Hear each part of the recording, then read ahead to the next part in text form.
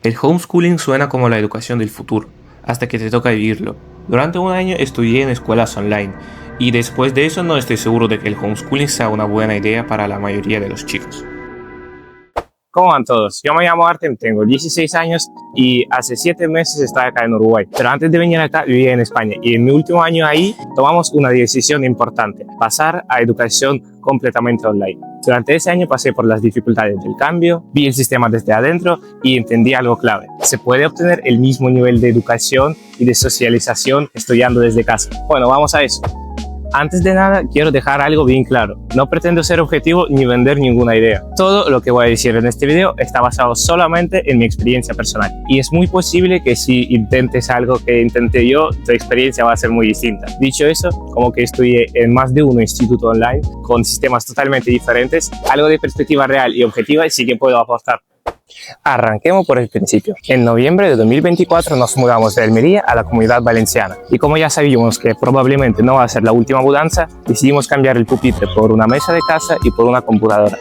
Ya veníamos pensando en la educación online desde hace tiempo y teníamos en el radar una escuela británica con profesores, clases y tareas.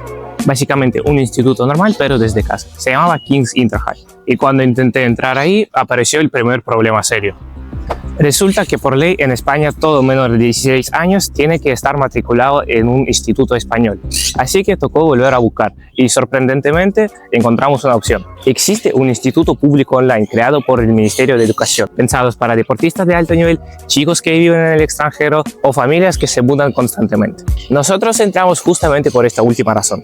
El formato era completamente distinto al británico. No había clases. Todo se basaba en autoestudio. Nos daban materiales, libros, guías y cada 2 semanas había que entregar un trabajo de cada materia. Y al final de cada trimestre había que rendir unos exámenes presenciales en el centro donde estabas, dependiendo del país o tu ciudad, salvo el primer trimestre que era online. Así que sí, durante todo el curso 2024-2025 estudié en 2 institutos distintos con 2 sistemas completamente diferentes.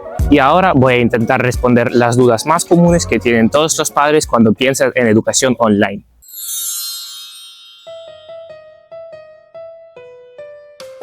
Esta es probablemente la pregunta más importante. ¿Puede un chico aprender de manera igual sin un directo contacto con un profesor?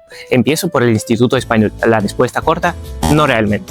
No por falta de material, sino por falta de explicaciones. Cuando no hay clases, todo depende de que el alumno entienda todo. Y por más recursos que tengas, a veces se necesita que alguien te explique por qué algo es así y por qué algo se resuelve de esta manera. Los profesores respondían mails, pero no es lo mismo. Por eso, si pensás en educación online completamente a distancia, tenés que asumir que quizás necesitarás unos profesores particulares. La escuela británica, en cambio, era una escuela tradicional, pero online. Teníamos 2 clases en vivo por materia cada semana, en grupos chicos, más o menos de 10 personas, y cada clase duraba más o menos 40 minutos. También teníamos unas clases que se llamaban Explore, que eran unas clases grabadas, y más o menos 1 o 2 materias por cada asignatura. El problema era poco, había días con solo 2 clases. El nivel docente era normal, profesores correctos y de buena onda, pero el formato se lo complicaba todo. Se caía la conexión, el tiempo no alcanzaba, muchos no prendían cámara y a muchos estudiantes les daba vergüenza preguntar. Mi conclusión, una clase online no reemplaza del todo una clase presencial.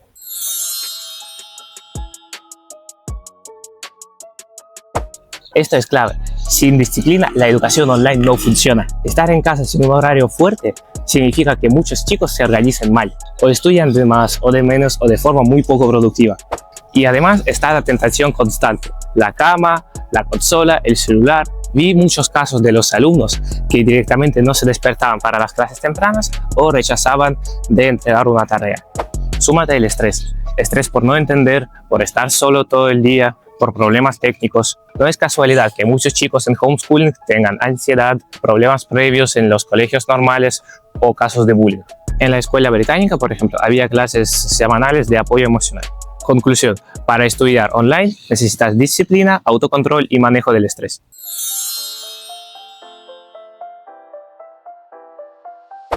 ¿Se puede socializar desde casa? Sí, pero solo en parte.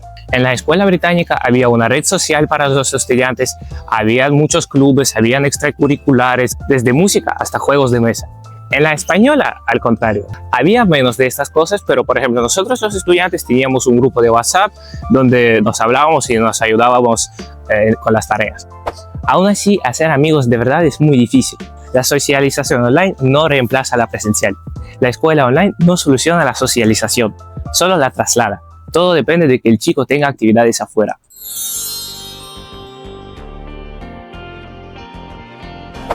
Tiempo libre hay de sobra, muchísimo.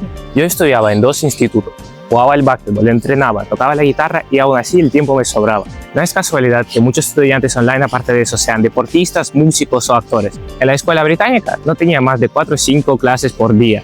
En la española directamente no había horario. Pero ojo, si el chico no tiene un objetivo o alguna actividad que está haciendo aparte del liceo, el tiempo libre se lo come.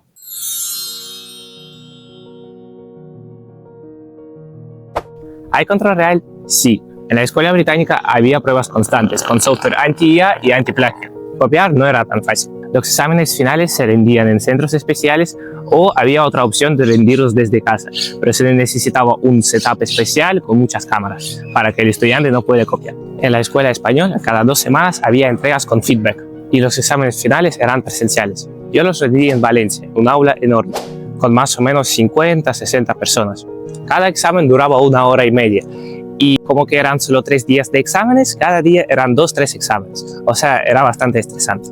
Copiar era posible, pero voy a ser sincero, los exámenes tampoco eran tan difíciles. Solo era un recorrido bastante por arriba del tema que hemos estudiado.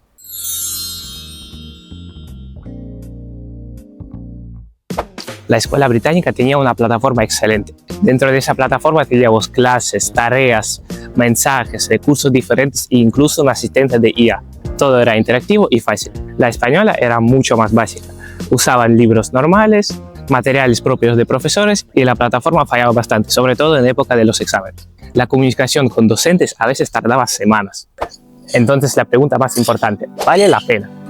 Para mí, la escuela británica no del todo. Buen sistema, pero el nivel educativo nada especial, socialización casi nula y desgaste psicológico por estar siempre en casa. Eso sí, si por alguna razón un chico no puede ir a una escuela tradicional, puede servir como una buena opción. La escuela española es pública y gratuita y solo el hecho de que exista una educación online gratis me parece increíble. El nivel académico no es alto, pero tampoco creo que sea su objetivo. Es más bien una solución para cumplir con la escolaridad mientras el chico construye su futuro en otra área. Ojalá este video haya ayudado a entender de manera más clara a ustedes qué es homeschooling. Dejen sus preguntas en los comentarios y a las más interesantes voy a tratar de responder en uno de mis próximos videos. También compartan este video con todos los que tienen hijos o los que están interesados en educación online. Cuiden a vosotros mismos y a vuestros familiares y nos vemos.